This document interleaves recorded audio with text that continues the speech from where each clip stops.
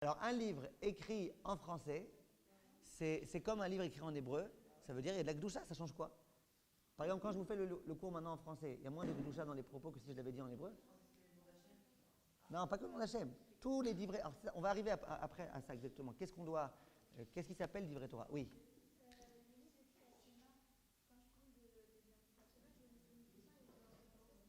Ah non, non, non. Vous entendez? Écoutez ce qu'elle dit Myriam. Quand j'ai fini de lire ma Kriyat Shema, de mettre le Noussar de la Kriyat Shema sous mon coussin, ça sourd. Ça non, je trouve un autre endroit. Oui. Non, non, non, surtout pas, ma pitome, ça sourd. Ça sourd, à sourd, à sourd. À sourd. Non, alors je vous dis, mettez-le de façon un peu surélevée. Mais pas sous son coussin. Hein?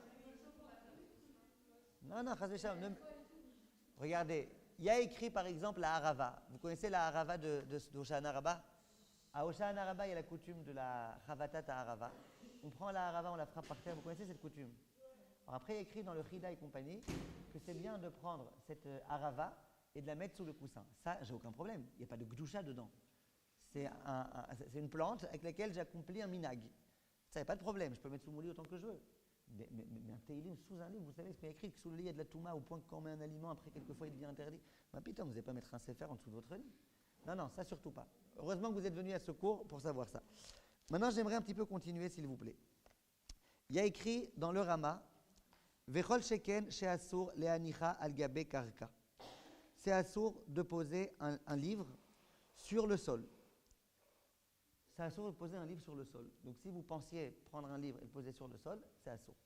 Le Rama, il précise, et il dit même, vous savez quand il y a le Haron Kodesh, parfois il est en hauteur, il y a des escaliers qui permettent d'y accéder. Même ces escaliers-là s'appellent le sol, bien qu'ils soient un petit peu élevés. Pourquoi c'est le sol? Parce que les gens, ils marchent dessus. Quand tu viens amener le Sefer Torah et le ramener, eh ben, tu marches dessus. Ça s'appelle le sol. Qu'est-ce qui se passe si c'est un sol mais personne ne marche dessus? C'est quand même un sol.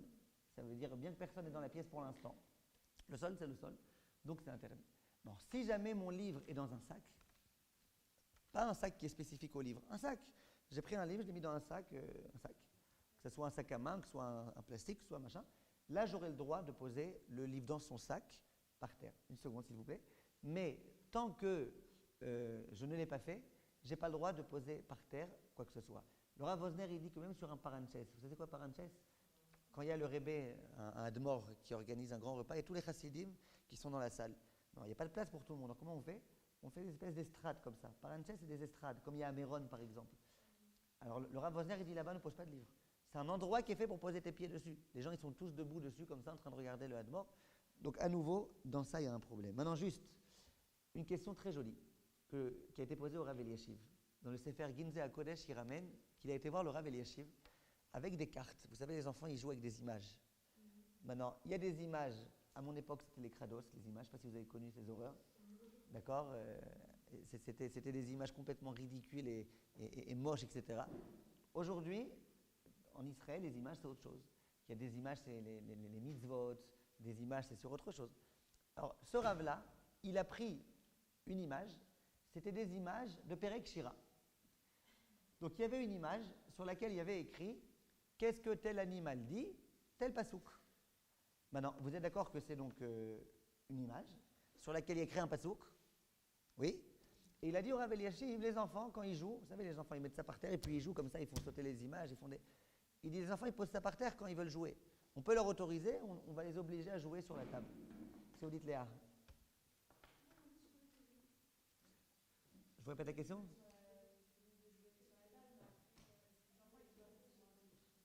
Disons un enfant qui a 11 ans, il peut faire attention. Obligé de jouer sur la table. Qu'est-ce que vous dites? Hana, qu'est-ce que vous dites? Vous lui autorisez à cet enfant de jouer sur le sol ou pas? Hein? Il y a un pasouk dessus. Si demain les enfants ils s'amusent à prendre un chumash et à le faire... Hein? Qu'est-ce que vous dites, Hana? C'est assourd? Hein? Les images, ouais. Mais il y a un pasouk. Les images, là, vous savez, les enfants, ils jouent avec des images. Vous ne connaissez pas les images des enfants? Une corde à sauter sur laquelle il y a écrit un...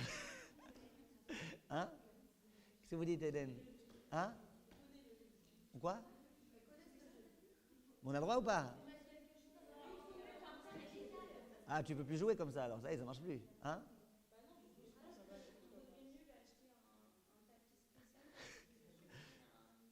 D'accord, ça c'est très très bon. Le Rav Eliashiv, c'est ce qu'il a dit. Le Rav Eliashiv, il dit, ça j'autorise. Pourquoi? Parce que et attention, le Rav Eliashiv, c'était pas un Mekel, hein, c'est un grand mahmir dans beaucoup de choses. Le Rav Eliashiv, il dit, la façon de jouer aux cartes, c'est par terre. C'est pas un manque de respect vis-à-vis des cartes quand tu fais ça. C'est la façon de jouer aux cartes. Donc le Rav Eliashiv, ça, il a voulu autoriser. Vous avez une question, Odélia?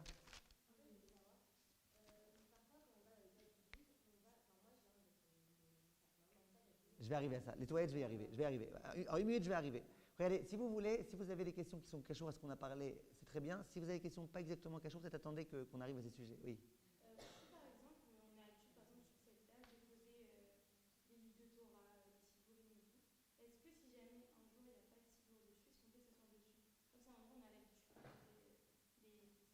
Très bonne question. C'est un petit peu pas notre sujet, mais c'est une très bonne question. La réponse, c'est quoi? La réponse, je vous la dis quand même, c'est que cette table-là, elle n'est pas faite que pour poser des chumashim. Cette table, elle est faite aussi quelquefois pour manger, elle est faite aussi quelquefois pour organiser des smachot, c'est des mitzvot et bien, etc. Elle est faite aussi si quelqu'un veut changer, enfin là il n'arrivera pas, il faut qu'il mette peut-être 15 tables pour réussir à changer l'ampoule. Mais si quelqu'un veut changer une ampoule, il veut monter dessus, il n'y a pas de problème. Oui. Vous avez dit que c'est un problème de mettre un livre en dessous un lit par rapport au roi et tout. Bien sûr. Okay. Et c'est par terre en plus, sur le sol. Non, ok, et même si c'est pas sur le sol, ça veut dire. Enfin, si par exemple, s'il y a une fille qui dort au-dessus de moi, Oui. si elle a une livre ou un petit superposé, c'est un problème. Ah, non, c'est pas de problème. C'est un problème. Non, non, moi je parle de laisser ça toute la nuit et. Oui, mais c'est un problème même. Ah, vous dites si vous surélevez? Non, Je sais pas, il y a un non, non, regardez. Vous n'avez pas compris. Si vous dormez dans un lit superposé, vous dormez en bas. Maintenant, vous voulez mettre votre livre, par exemple, sur quelque chose, à côté de votre lit, à un tefar de hauteur. Est-ce que le fait qu'il y ait une fille qui dorme au-dessus de vous, ça fait qu'il y a du roi rat et ça sera interdit? Je ne pense pas qu'on puisse interdire ça. En général, le roi rat, on en tient compte pour la nourriture, principalement, de ne pas mettre de nourriture en dessous. On n'a pas dit qu'on n'a pas le droit de mettre comment ça s'appelle, un livre à cause de ça. Ça, j'ai vu nulle part que c'était écrit qu'on n'a pas le droit de mettre un livre à cause de ça. Oui.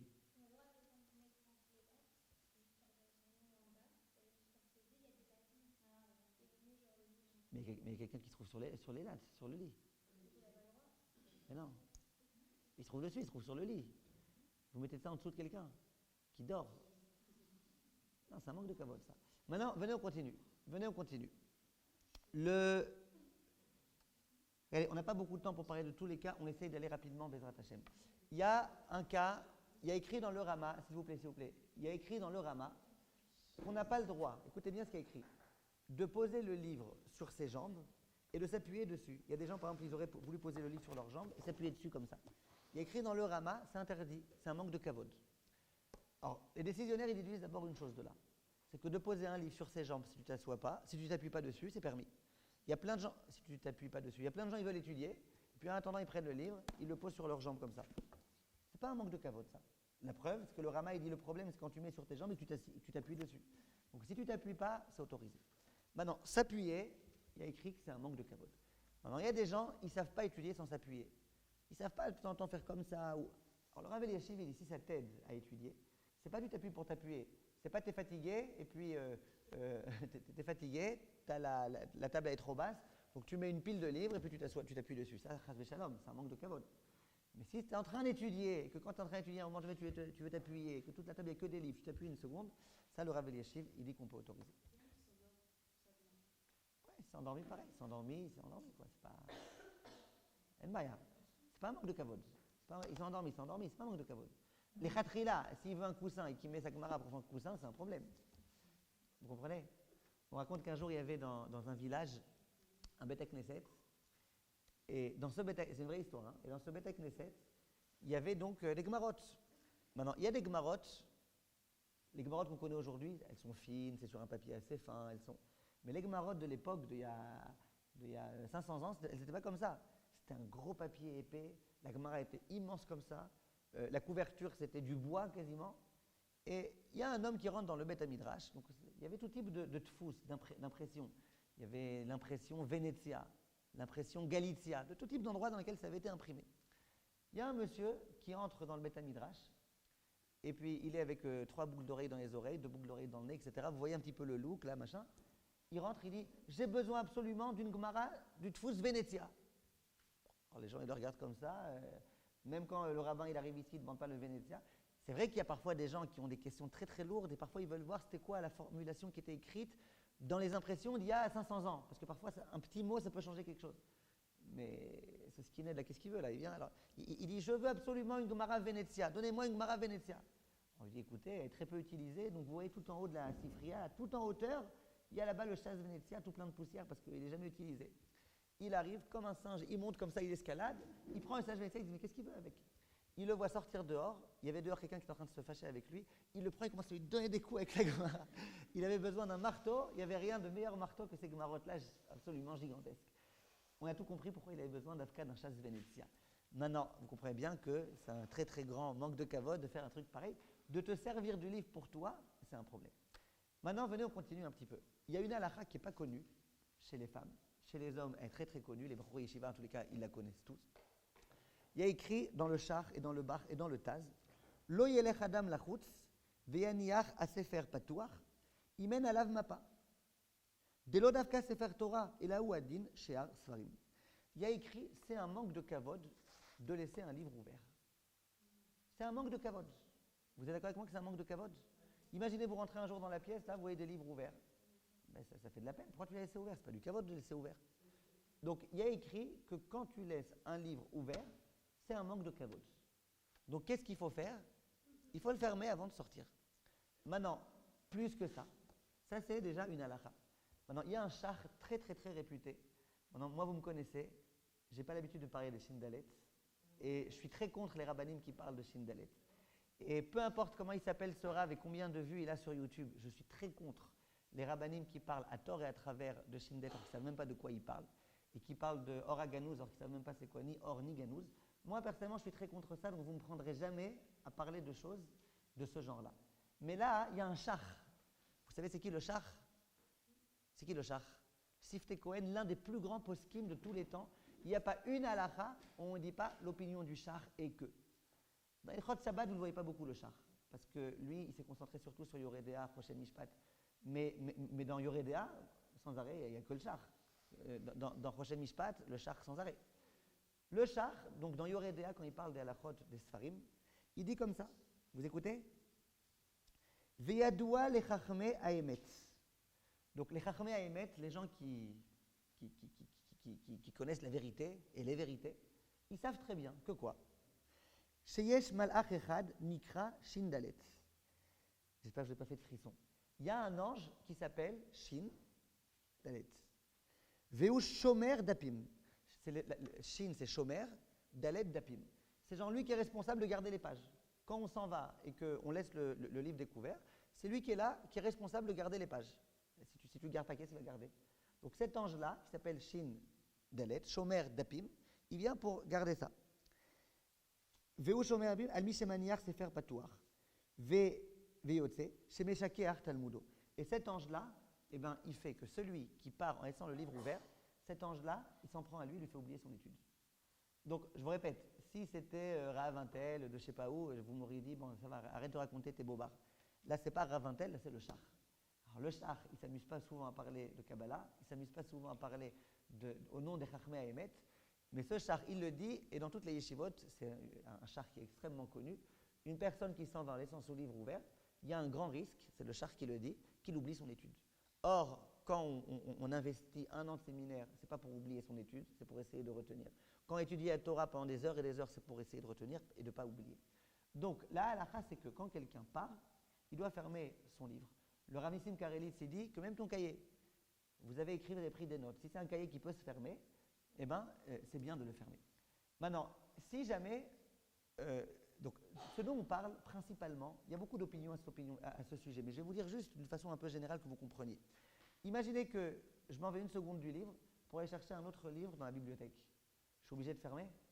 Non, tu es en train d'étudier, tu es vraiment dans le Inyan. Maintenant, si je ferme le livre pour aller manger pendant 1 demi-heure, je vais revenir dans 1 demi-heure. Là, je devrais fermer. Pourquoi je devrais fermer? Je suis en train de faire autre chose. Je vais faire autre chose. Après, c'est vraiment une question de temps et de. Il y a des gens, quand ils vont aux toilettes 10 secondes pour des petits besoins, et ben ils ferment le livre. Fermer, c'est comme ça. Ils ferment le livre, il est juste. Il y a des gens, non, ils disent je vais aux toilettes 10 secondes, pourquoi je vais m'amuser à fermer tous les livres qui sont sur la table pour rouvrir. Je peux comprendre. Les gens qui laissent ouvert quand c'est vraiment une question de 10 secondes, ils sont dans leur étude. C'est pas que. Mais si quelqu'un sort maintenant pour aller faire un coup de fil important, pour aller manger, pour aller vaquer à ses occupations, il ne faut pas laisser le livre ouvert, c'est pas bien. Comment on peut faire maintenant pour recouvrir? Alors, on peut recouvrir le livre. Si on recouvre le livre, il n'y a pas de problème. Il y a des gens qui ont une espèce de nappe spéciale pour les livres. Dès qu'ils s'en vont, ils recouvrent.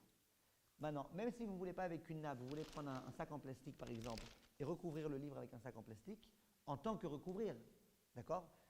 C'est permis aussi. Si vous voulez prendre cette nappe-là et recouvrir le livre avec cette nappe-là, et puis voilà, ça sera aussi permis. D'accord? Vous avez compris? Donc, on a le droit de laisser le livre ouvert s'il est recouvert. D'accord? Donc, ouvert, recouvert, c'est bon. Ouvert, pas recouvert, c'est pas bon. Fermé et pas recouvert, il n'y a pas de problème. S'il est fermé, il est fermé. Ce n'est pas un manque de kavod. Maintenant, venez, on continue un petit peu. Donc, si vous avez une feuille, par exemple, une feuille volante, ben, rangez-la dans votre classeur. Si jamais vous ne pouvez pas la ranger dans votre classeur, alors essayez de la recouvrir. Que ce ne soit pas vraiment des livrets Torah posés comme ça, de façon n'importe comment.